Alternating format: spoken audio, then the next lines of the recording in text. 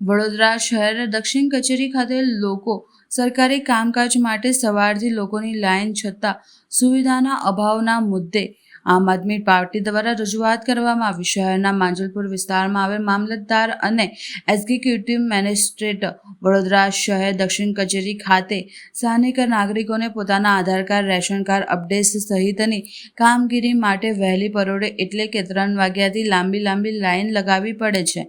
અહીં માત્ર 120 લોકોને ટોકન આપવામાં આવે છે, કારણ કે એક જ ડેસ્ક પર કામગીરી ચાલતી હોય છે, જેના કારણે 120 ટોકન સિવાયના લોકોને ઉજાગરા વેઠીને ધક્કો ખાઈ પરત જવાનો વારો આવે છે. વારંવાર ધક્કા ખાવા પડે છે.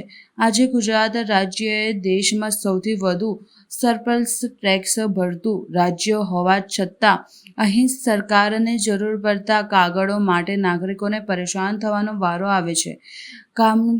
મોંઘવારીમાં લોકોની મર્યાદા આવક છે, તેમાંય ઘણા લોકો આજે લોન લઈને બેઠા હોય છે. આવામાં નોકરિયાત વર્ગને એક દિવસ રજા પાડવી પોષાય તેમ નથી, કારણ કે જો એક દિવસ રજા પડે તો તેનો પગાર કપાત થાય છે, તેના નોકરી પ્રમોશન પર અસર થાય છે. બીજી તરફ સરકારને જરૂર પડતા કાગળિયા માટે નોકરી ધંધો છોડી લોકોને વહેલી સવારથી ટોકન માટે લાઈનો લગાડવી પડે છે. સાથે સિનિયર સિટીઝન કે બીમાર લોકો માટે કોઈ અલાયદી વ્યવસ્થા પણ આપવામાં આવી નથી. એક તરફ સરકાર ડિજિટલ ઇન્ડિયા અને ટેકનોલોજી પર ભાર મૂકે છે, તો બીજી તરફ હકીકત કંઈક અલગ જ ચિતાર રજૂ કરે છે. ત્યારે સમગ્ર મામલે વધુ ડેસ્ક શરૂ કરવા અને 120 ટોકનની જગ્યાએ 500 ટોકન આપવાની રજૂઆત સાથે આજરોજ આમ આદમી પાર્ટી માંજલપુર દ્વારા વિનય ચૌહાણની આગેવાનીના મામલતદાર દક્ષિણ કચેરી ખાતે આવેદનપત્ર સાથે રજૂઆત કરવામાં આવી,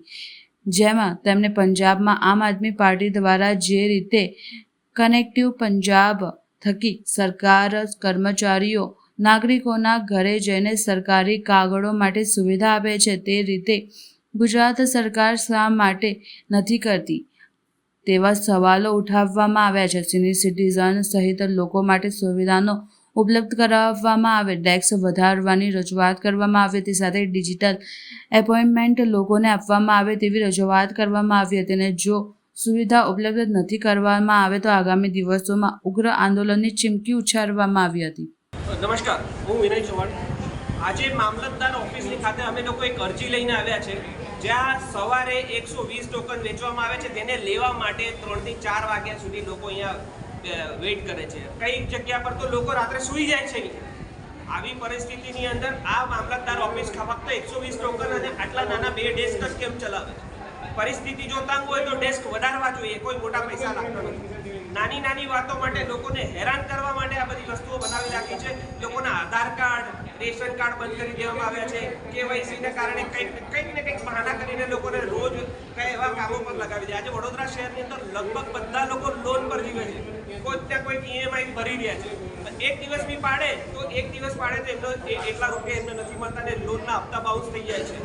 આ જાણી જોઈને કેમ આવું રીતે કરવામાં આવે છે? એક તરફ તમારે રજાના દિવસે આ બધી વસ્તુ જ કરવી જોઈએ, કેમ ચાલુ દિવસની અંદર થાય છે? બીજું અમારું કહેવું છે કે પંજાબની અંદર પંજાબ કરીને સ્કીમ ચાલે છે, ત્યાં કોઈ પણ સરકારી કાગળ બનાવવા માટે ત્યાંના જે સિટીઝન છે એમને ધક્કા ખાવા નથી પડતા. ત્યાંના લોકો ઘરે આવે છે, એક ફોન કરતા સરકારી કર્મચારી ઘરે આવીને એ ડોક્યુમેન્ટ પ્રોપર વેરીફાઈ કરીને અને કુરિયરથી એમના ઘરે એ ડોક્યુમેન્ટ આવે છે. તો કેમ ગુજરાતની અંદર આ સુવિધા કેમ નહીં? ગુજરાતની સરકાર આટલો બધો ટેક્સ ચૂકવે છે, ગુજરાતની સરકાર આટલો બધો વેટ ચૂકવે છે, પેટ્રોલ પર બધાની ઉપર ટેક્સ લાગે છે, તો ગુજરાતના લોકો જોડે કેમ આવો અન્યાય થાય છે? અમે અહીંયા આજે રજૂઆત કરવા આવ્યા છે. જો અમારી રજૂઆત નહીં સાંભળે અને અહીંયા જો ડેસ્ક નહીં વધારે તો અમે અહીંયા આંદોલન કરીશું, અને જ્યાં સુધી આ અમારી વ્યવસ્થિત નહીં થાય ત્યાં સુધી અમે અહીંયા બેસી રહીશું. જય હિન્દ.